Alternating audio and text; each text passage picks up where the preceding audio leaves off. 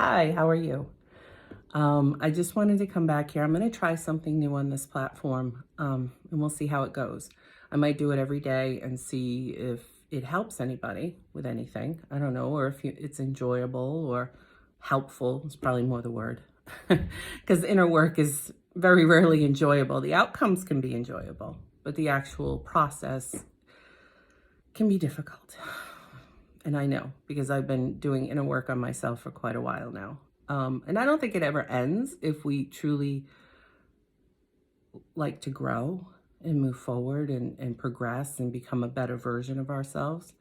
At the end of the day, that's the only competition we really need to engage in is, am I a better version of myself than I was 6 months ago or 6 years ago or whatever the case may be. In any case, I don't know if I'm going to do it via shorts or videos or maybe a combination because I really want to keep them brief. But I'm thinking about doing a word for the day, okay? A word of the day or whatever, however you want to word it. And it's meant to be thought-provoking, to aid with making connections within yourself, understanding yourself a little better, and being more mindful, right? Because when we are provoked to think about things and what that means for us, what are the thoughts that come up? How do I feel about it? And how does that sit in my body, right? That requires mindfulness, to be present in the moment, to really sit with that information, okay? So with this, some words, I want to be careful because some words could be potentially triggering. I'm not going to use abrasive words, but depending on what words mean to us and where we go with it, it's important to make sure that we are taking care of ourselves, okay? And know when to shut it off, right? Meaning our internal thoughts, okay? But I was going to start with just some fairly benign words. Well, I'm going to just do fairly benign words because this isn't meant to be intensive therapy or anything like that. It's really more for that thought-provoking, sitting with our thoughts, sitting with our body, sitting with our emotions. So if it's too much, shut it off, okay? If you find that something is like a word is triggering enough for you, then I highly recommend getting into therapy, okay? To work with somebody, okay? But for purposes of this platform and what I'm trying to do here, it's just words to help you kind of make connections within yourself, okay? So let's start with the word happy, okay? What does that mean to you? So I think we all, much like I've highlighted in the past, have ideas around, we all have the agreed meanings of words that are in the dictionary, right? However, I have always said this, each word has its own special connotation for us. Like we have our own special meaning for it, okay? Because when I hear happy, usually what's going to go through my head is all the things that make me happy, or at least the things that I've experienced that have made me happy, okay? And sometimes that might lead us down a rabbit hole of, some people are triggered from when they're feeling or thinking of a certain way that they go into maybe lack mentality. Like those are things that would make me happy or do make me happy, but, right? And I'm not teasing because this is the way the brain works. So sometimes depending on the way our brain works, if people tend to lean more towards negative thinking, if they're thinking of something happy or something that they consider positive, that might trigger negative thoughts, right? So this would make me happy, but I don't have that, right? So I guess I'm not happy. And then I'm upset. And these are all the things that I wish I had and da-da-da. And we can go down a serious rabbit hole around something as, and I don't even want to say simple because we've all done it with something at some point in our life, right?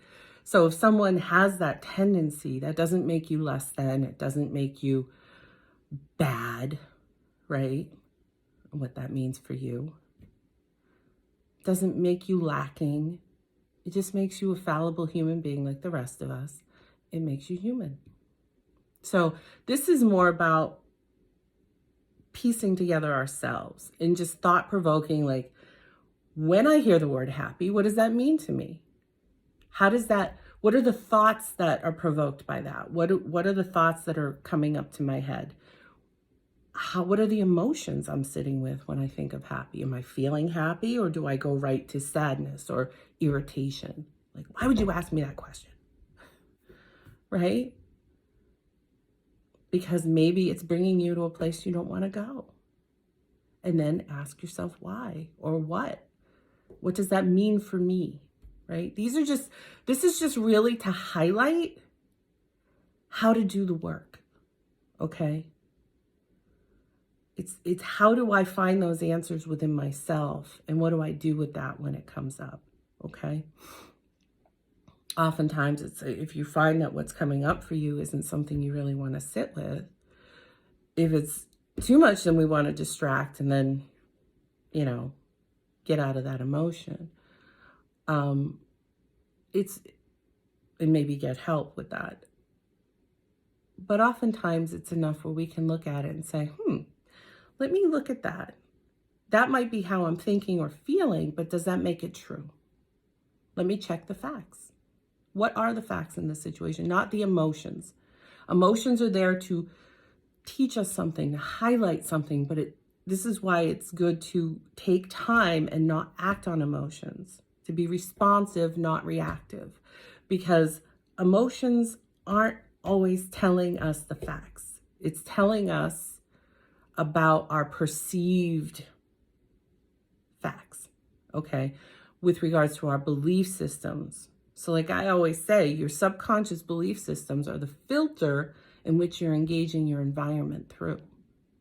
So the brain always believes what you tell it. So even if it's a distorted fact, right? Maybe it's a belief system that, I don't know, what's something, I'm ugly, right? Because maybe someone told me I was, or maybe someone I really loved and wanted didn't want me, or something like that. So my brain transmuted that into I'm ugly, or I'm undesirable, or whatever works for you. Some people, it could be I'm stupid, or it could, whatever you find yourself saying to yourself, okay, doesn't make it true. It just means for some reason you believe it. You might not believe it here, which is your conscious portion of your brain. And we're only really mindful and truly present, like truly mindfully present about 20% of the time. If that. Actually, some will say 12. I'm being generous. Okay. I'm sure there's someone out there that lives in mindfulness. There were some monks. I had a friend who traveled to Asia, and she went to I think it was in Laos, or maybe even Vietnam. I'm not sure, but she went deep jungle. And there was a small village there where there were monks. And basically these monks, if they weren't in meditation, they were sleeping or working on the things that they gave to the villagers. That's a life of dedication, but they probably are mindful 60% of the time, if not more. I'm talking the majority of people. I'm generalizing here. Okay, I'm not speaking necessarily for you. Maybe you do mindfulness most of the day, so maybe your percentage is higher. Okay, I'm just saying generally they say we're mindful and present about 12% of the time, at least in this culture. Okay, so and I'm speaking for United States, but there's always going to be outliers with any topic that you may be discussing. So with that being said, this is our mindful belief systems, okay? How we conceptualize when we actually sit with it and we're thinking about in the here and now. Our subconscious belief systems are those really ingrained, deep belief systems that we sometimes don't even believe we have or realize we have, is probably the better word. And there may even be a cognitive dissonance with it. For instance, if I feel Maybe consciously, I know I'm not guilty if something happens to someone, but subconsciously, depending on my internal belief systems, the way my thoughts come out, the way I talk may suggest otherwise. And if someone says, well, you're not guilty, my conscious self might be like, yeah, I know I'm not guilty because I know it, but I don't know it. See how that works? So thought-provoking exercises helps us to make those connections, to ask those why questions, to help us dig deeper, to understand what's creating those automatic thoughts, okay? Automatic thoughts of, I don't know,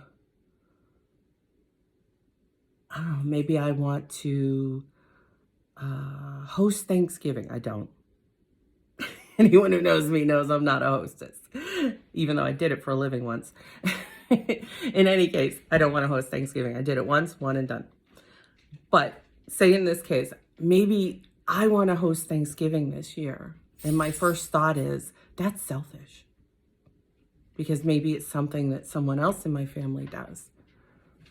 Right?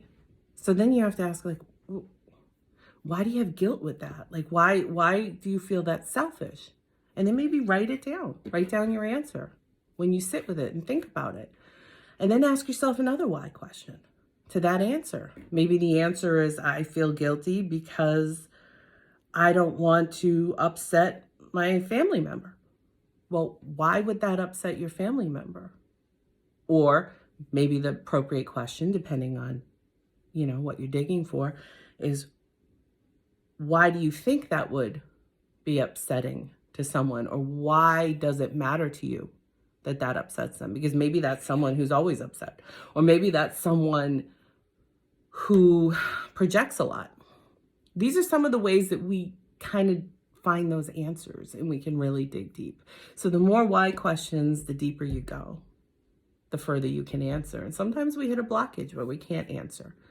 That's okay too. This whole exercise isn't meant for you to go down a rabbit hole of judgment of, yeah, see, I'm a terrible human being. Because maybe the answer at the end of the line is, I am the person that makes the people in my family happy. I'm the go-to person, or I'm the problem solver. We all have roles in families, right? Doesn't make it right, doesn't make it wrong. How does it make you feel? Because if you're overextending yourself and people-pleasing, but not feeling like anyone's returning the favor, well, then there's a lack of reciprocity, right? And what does that mean to you? So this is just an example of some of the things that we can do to really kind of make those connections within ourselves, to help us understand ourselves better in relation to other people, other dynamics. And is that something at the end of the day, when I look in the mirror, is that something that I feel is a positive attribute of mine and I don't mind keeping it? Or is that something that I feel could use some tweaking or change? Because maybe you might identify toxic behaviors like people pleasing. To what end? Like I said in one of the last videos, you can please some of the people, some of the time, all of the people, none of the time. Because everybody has a different belief system around what happy means for them. Okay? The best we can do sometimes is find people that we're in alignment with, that are similar to us, that at least understand us, okay? But none of us are the same. We're not. We're not meant to be. We're all here to bring strength to the table, and we all have strength. We all have challenges too, okay? Much like Einstein said, I love this quote, everybody's a genius, but if you judge a fish by how it can climb a tree, you'll call it stupid. All right, with that being said, this went way over because I'm a wordy person. I don't know if that's a strength or a challenge. I think it's both. But in any case, think about what happy means to you. Is it something that you feel you live out on a regular basis? Do you have the balance to do that? And if there are things in your life that take away from that, are those things that you can make other choices around? I don't know. Only you can answer that question. And again, I haven't quite decided if I'm going to do this on a regular basis, doing a short. Maybe I'll just throw a word out every day. But this is the premise of what we're looking for, is thought-provoking exercises. What are the thoughts that come up for me? How do those make me feel? And how does that sit in my body, right? Because those are the three places. We're mind, body, spirit. So whatever impacts one is impacting the other two, always, without fail. But only when we're mindful can we make those connections. Okay? So have a wonderful day, hopefully. And hopefully you are living your happy and can find it, whatever that may be. Okay? So have a great one, and I'll talk soon. Bye.